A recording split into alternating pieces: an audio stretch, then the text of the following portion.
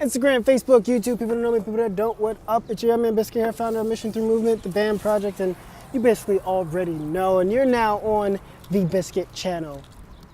I need to come up with an intro, because like, after I do that, it should be something epic.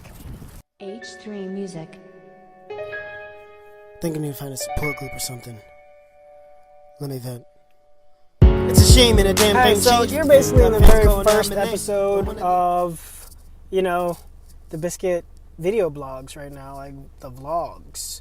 And I want to do something on like food for thought. So food for thought, you know, volume 1. So this food for thought is going to be off perception. There are two major forms of perception. There's self-perception, which you can consider internal perception, and external perception, which is the way people view you. Now, if you're young and you don't understand what the word perception means, it's the way you see something. When people meet you, 9 times out of 10, first impression creates a perception, and it's that perception that gets shared. And with that perception being shared, that now is how everybody else perceives you. So, in a sense, it's not about what they think, it's what they know. So let's run with this. It's not about what they think, it's what they know. And what they know is what happens when they meet someone who has met you on a good occasion. Like, all things equal, no one ticked you off that day. What is your personality naturally? That is fact. That no longer becomes perception. And perception gets countered with fact. So now let's keep this. Not about what they think, it's what they know. Never spend your life trying to prove to someone who you know you to be. If you spend your life trying to prove someone who you know you to be, it takes away from you actually being the person you are. Deep, right? Let me think about that. Like, never waste your time. Seriously, never waste your time trying to prove to someone who you know you to be. This brings us to, who are you? Not what do you do, who are you?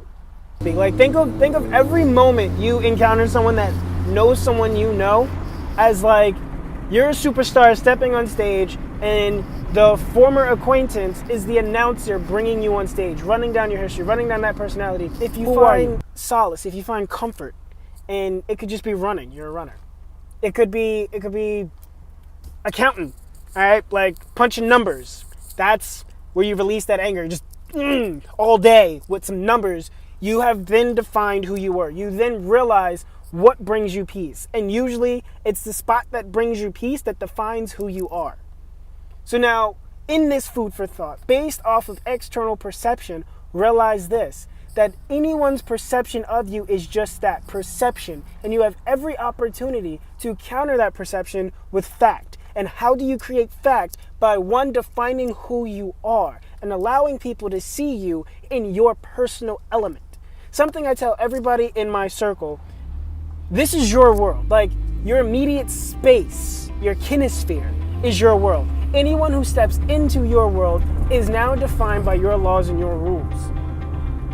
So control it. Do not let anyone into your world that will manipulate the situation and manipulate your energy so that everybody else has a negative perception of you.